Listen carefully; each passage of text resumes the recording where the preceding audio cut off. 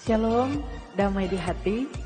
Saudara-saudara, jumpa lagi dengan saya, Pendeta Feralina Lahiwu, dalam channel Bekal Spiritual. Jangan lupa like, subscribe, and share channel ini sehingga dapat memberkati banyak orang. Saudara-saudara, hari ini saya rindu membagikan kebenaran firman Tuhan dalam kitab Roma pasal 15 ayat 1 sampai ayatnya yang ke-13. Lembaga Alkitab Indonesia memberi judul Orang yang Lemah dan Orang yang Kuat. Kita yang kuat wajib menanggung kelemahan orang yang tidak kuat, dan jangan kita mencari kesenangan kita sendiri. Setiap orang di antara kita harus mencari kesenangan sesama kita demi kebaikannya untuk membangunnya. Karena Kristus juga tidak mencari kesenangannya sendiri, tetapi seperti ada tertulis, kata-kata cercaan mereka yang mencerca engkau telah mengenai aku. Sebab segala sesuatu yang ditulis dahulu telah ditulis untuk menjadi pelajaran bagi kita, supaya kita teguh berpegang pada pengharapan oleh ketekunan dan penghiburan dari kitab suci. Semoga Allah yang adalah sumber ketekunan dan penghiburan mengaruniakan kerukunan kepada kamu sesuai dengan kehendak Kristus Yesus, sehingga dengan satu hati dan satu suara kamu memuliakan Allah dan Bapa Tuhan kita Yesus Kristus. Sebab itu, terimalah satu akan yang lain, sama seperti Kristus juga telah menerima kita untuk kemuliaan Allah. Yang aku maksudkan ialah bahwa oleh karena kebenaran Allah, Kristus telah menjadi pelayan orang-orang bersunat untuk mengokohkan janji yang telah diberikannya kepada nenek moyang kita, dan untuk memungkinkan bangsa-bangsa supaya mereka memuliakan Allah karena rahmat-Nya, seperti ada tertulis, sebab itu aku akan memuliakan engkau di antara bangsa-bangsa dan menyanyikan mazmur bagi namamu. Dan selanjutnya, bersukacitalah hai bangsa-bangsa dengan umat-Nya, dan lagi pujilah Tuhan hai kamu semua bangsa-bangsa, dan biarlah segala suku bangsa memuji Dia. Dan selanjutnya kata Yesaya, Taruk dari pangkal Isai akan terbit, dan Ia akan bangkit untuk memerintah bangsa-bangsa, dan kepadanya lah bangsa-bangsa akan menaruh harapan. Semoga Allah sumber pengharapan memenuhi kamu dengan segala sukacita dan damai sejahtera dalam iman kamu, supaya oleh kekuatan Roh Kudus kamu berlimpah-limpah dalam pengharapan. Ya, saudara-saudara, demikianlah firman Tuhan. Bersyukur ketika hari ini kita boleh kembali merenungkan firman Tuhan dalam bagian Alkitab dalam kitab Roma pasal 15 ayat 1 sampai ayatnya yang ke-13. Saudara-saudara yang dikasihi dan diberkati oleh Tuhan kita Yesus Kristus, apa kabar saudara-saudara? Saya percaya bahwa kita semua dalam keadaan yang diberkati, dalam keadaan yang sehat, kuat, serta umur panjang. Sehingga hari ini kita boleh berjumpa lagi dalam channel Bekal Spiritual. Saudara-saudara, tema saat ini adalah spiritualitas kerukunan, satu hati, satu suara. Saudara-saudara, bagian firman Tuhan dalam kitab Roma ini, pada zaman perjanjian baru, kota Roma merupakan pusat kekaisaran Romawi, merupakan pusat dunia. Bahkan kota Roma ini disebut sebagai kota abadi, kota yang berpengaruh di dunia. Karena saudara-saudara, di kota Roma ini dilimpahi dengan kemewahan. Ada banyak bangunan-bangunan megah dan juga terdapat banyak air mancur. Sehingga saudara-saudara, itu disebut sebagai selokan kerajaan. Sehingga dapat disimpulkan bahwa kota Roma ini adalah sebuah kota metropolitan. Sebuah kota yang menjadi pusat dunia, tapi juga bersifat plural. Sehingga saudara-saudara yang diberkati oleh Tuhan kita Yesus Kristus, Rasul Paulus mengirim surat kepada orang-orang di Roma, secara khusus kepada jemaat di Roma pada saat ia berada di kota Korintus. Jemaat Roma terdiri dari orang Kristen Yahudi dan orang Kristen non-Yahudi. Dan khusus pada pasal 15 ini, ayat 1 sampai 13, di mana saudara-saudara ada masalah yang muncul di kalangan orang Kristen di Roma, yakni hubungan antara golongan orang yang kuat dan golongan orang yang lemah, di mana orang kuat memandang lemah kepada golongan orang lemah ini. Dan dapat dikatakan bahwa orang yang kuat ini adalah orang Kristen non-Yahudi dan golongan orang lemah adalah orang Kristen Yahudi. Sehingga saudara-saudara yang diberkati oleh Tuhan kita Yesus Kristus, masalah dalam bagian ini adalah di mana golongan orang lemah masih terikat pada berbagai larangan dan pantangan, seperti halnya tidak boleh makan daging dan minum anggur. Itu telah dijelaskan pada pasal 14. Dan mungkin mereka masih terikat pada perintah-perintah hukum Taurat mengenai makanan yang tahir dan makanan yang haram. Sehingga itu menjadi sebuah pantangan bagi mereka. Dan di sini Paulus menasihati kepada golongan orang yang kuat, di mana saudara-saudara, golongan orang yang kuat ini mereka menikmati kebebasan mereka sebagai orang Kristen, di mana tidak ada pantangan, tidak ada larangan bagi mereka untuk menikmati atau makan segala sesuatu termasuk daging yang ada. Sehingga saudara-saudara yang diberkati oleh Tuhan, pasal 15 ayat 1 dimulai dengan kalimat, kita yang kuat wajib menanggung kelemahan orang yang tidak kuat, dan jangan kita mencari kesenangan kita sendiri.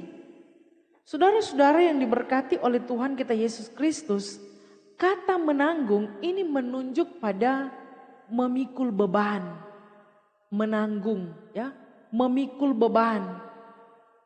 Bagaimana caranya menanggung? Bagaimana caranya memikul beban? Jadi kita yang kuat wajib, jadi sebuah kewajiban untuk menanggung kelemahan orang yang tidak kuat. Bagaimana caranya? Itu tadi yang saya singgung, di mana orang yang kuat ini mereka tidak boleh menikmati kebebasan yang sesungguhnya untuk dapat dinikmati sebagai orang percaya, yaitu mereka tidak boleh makan daging dan minum anggur. Di mana saudara-saudara di pasal 14 di ayat 21 dikatakan, baiklah engkau jangan makan daging atau minum anggur atau sesuatu yang menjadi batu sandungan untuk saudaramu. Ini yang Paulus nasihati kepada orang-orang yang bebas, kepada orang-orang yang tidak terikat pada pantangan, pada larangan untuk makan sesuatu.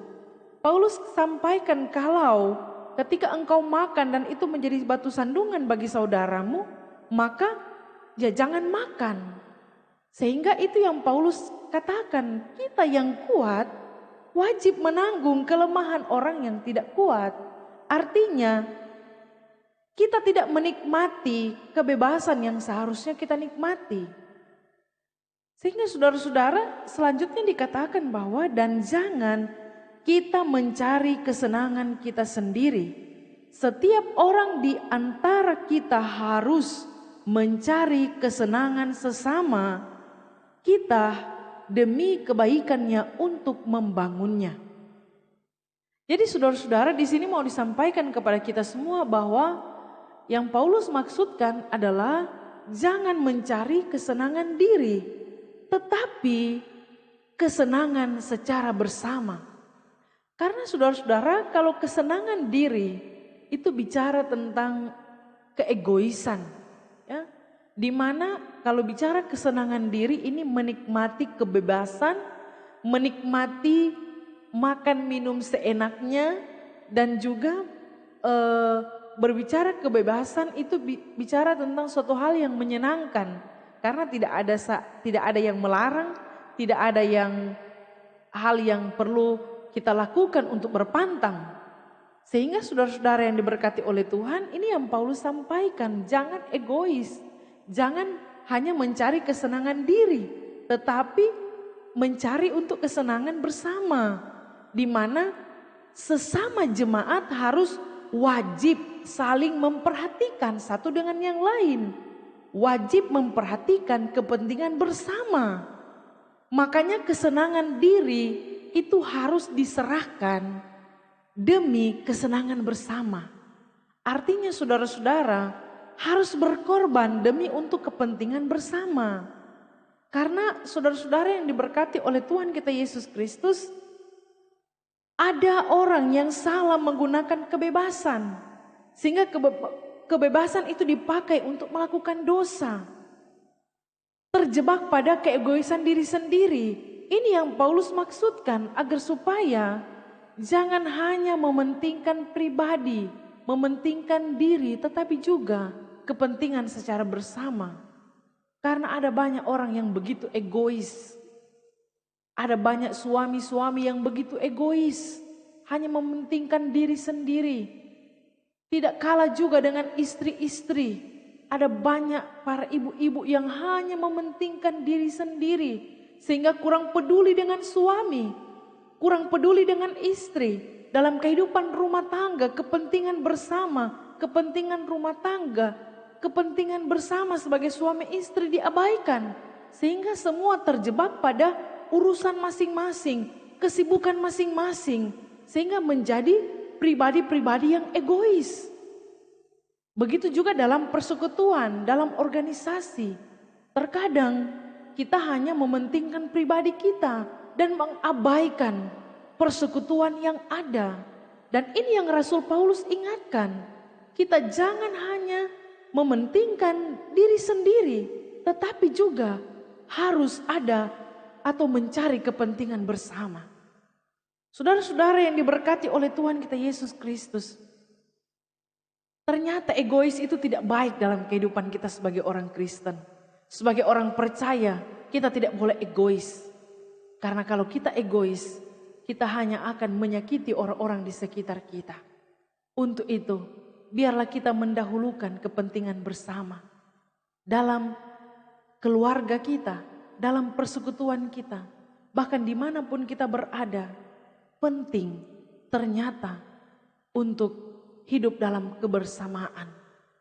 Itu yang pertama saudara-saudara.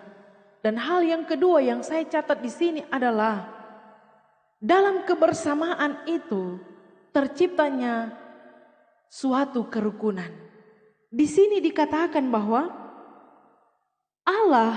semoga Allah yang adalah sumber ketekunan dan penghiburan mengaruniakan kerukunan kepada kamu sesuai dengan kehendak Kristus Yesus.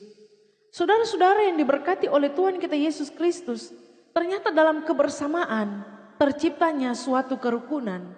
Kerukunan itu berasal dari mana? Berasal dari Tuhan.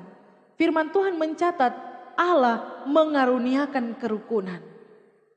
Saudara-saudara yang diberkati oleh Tuhan kita Yesus Kristus, berbicara kerukunan berarti berbicara tentang hidup rukun.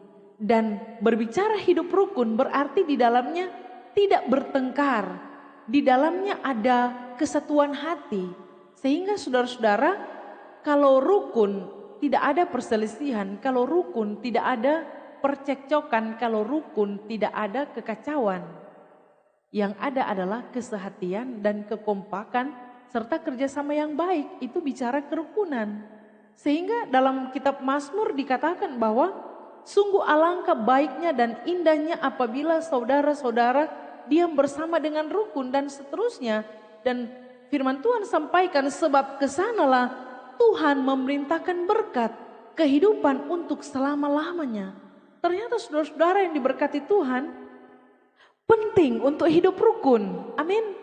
Dalam kehidupan keluarga, suami istri kadang-kadang di tengah-tengah pandemi yang kita hadapi saat ini, berbagai masalah, masalah ekonomi, masalah kekurangan dalam kehidupan keluarga menimbulkan kekacauan sehingga sudah tidak ada lagi kerukunan dalam kehidupan keluarga. Tapi hari ini kebenaran firman Tuhan mengingatkan kepada kita semua, ternyata penting hidup rukun, karena pada saat kita hidup rukun, kesanalah Tuhan memerintahkan berkat. Amin. Tapi kalau rumah tangga kita sering kacau, rumah tangga kita sering bertengkar, suami istri bertengkar, orang tua dan anak-anak sering bertengkar, Tuhan tidak akan memerintahkan berkat. Karena ketika Tuhan memberi berkat, berarti Tuhan berkenan kepada orang itu. Amin, saudara-saudara. Ketika Tuhan memberi berkat, berarti kehidupan rumah tangga itu ada dalam kerukunan. Penting, jangan di dalam kehidupan kita ada berbagai macam organisasi kerukunan yang kita ikuti. Tetapi dalam diri kita tidak menciptakan kerukunan itu, tetapi yang ada adalah kekacauan. Sehingga firman Tuhan hari ini mengingatkan kepada kita, penting untuk hidup rukun. Karena dalam kerukunan ada kesehatian. Satu hati, satu suara. Saudara-saudara, dalam setiap organisasi, perbedaan pendapat itu satu hal yang biasa. Sehingga dalam bagian ini yang Paulus maksudkan adalah bukan berarti perbedaan pendapat antara golongan orang kuat dan golongan orang lemah itu harus dihapuskan. No, bukan seperti itu. Tetapi dalam perbedaan pendapat dari orang yang mengklaim diri bahwa saya ini orang golongan kuat karena tidak terikat pada apapun, dan orang golongan yang dianggap lemah karena terikat dan karena berpantang, di sini disampaikan bukan dihapuskan itu perbedaan pendapat, tetapi dengan perbedaan pendapat tersebut harus dapat diatasi. Sehingga saudara-saudara, tadi yang saya katakan bahwa dalam satu organisasi siapapun dapat mengemukakan pendapatnya.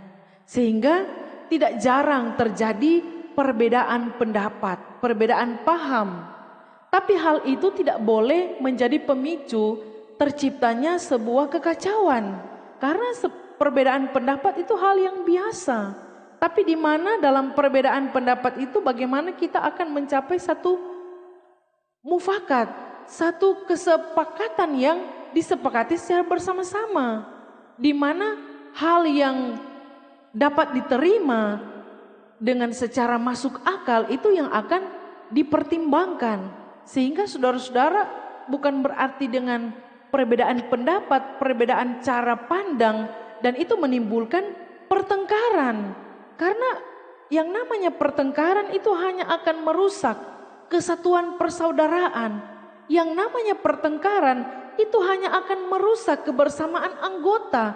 Dan yang namanya pertengkaran itu hanya akan merusak kerukunan jemaat. Sehingga saudara-saudara yang diberkati oleh Tuhan kita Yesus Kristus, dimanapun kita berada dalam organisasi, dalam kehidupan keluarga, kalau kita punya beda pandangan, bukan berarti itu menjadi sebuah pemicu kita bertengkar, tetapi kita harus mampu menghadapi dan dapat diatasi. Amin, saudara-saudara. Ini sangat penting. Makanya firman Tuhan di ayatnya yang ke-6 dikatakan bahwa sehingga dengan satu hati dan satu suara kamu memuliakan Allah dan Bapa Tuhan kita Yesus Kristus. Saudara-saudara yang diberkati Tuhan, kesatuan itu penting dalam kehidupan kita. Satu hati, satu suara. Amin, saudara-saudara. Di mana ketika kita punya kesatuan dalam kehidupan keluarga, suami istri penting untuk memiliki kesatuan hati. Ya, jangan sampai berlain hati. Harus ada kesatuan hati, kesatuan visi dalam membangun kehidupan rumah tangga, agar senantiasa rumah tangga tersebut diberkati oleh Tuhan. Sehingga saudara-saudara, setiap kita yang satu hati, setiap kita yang punya kesatuan fisik, kesatuan dalam kehidupan keluarga, kita akan sungguh-sungguh memuliakan Tuhan. Karena orang kalau setengah hati itu sama dengan tidak ada hati. Tapi orang yang satu hati, full ya, itu pasti dia akan sungguh-sungguh memuliakan Tuhan. Dan yang terakhir saudara-saudara, apa yang Rasul Paulus inginkan dari bagian firman Tuhan ini yang dia nasihati kepada jemaat di Roma. Dikatakan bahwa sebab itu terimalah satu akan yang lain, sama seperti Kristus juga telah menerima kita untuk kemuliaan Allah. Bagian ini firman Tuhan ini, Paulus selalu menerangkan bagaimana Yesus Kristus menjadi teladan. Ketika Yesus Kristus telah menerima kita dengan segala kekurangan kita, ternyata penting juga kita untuk saling menerima satu dengan yang lain. Kuncinya adalah saling menerima.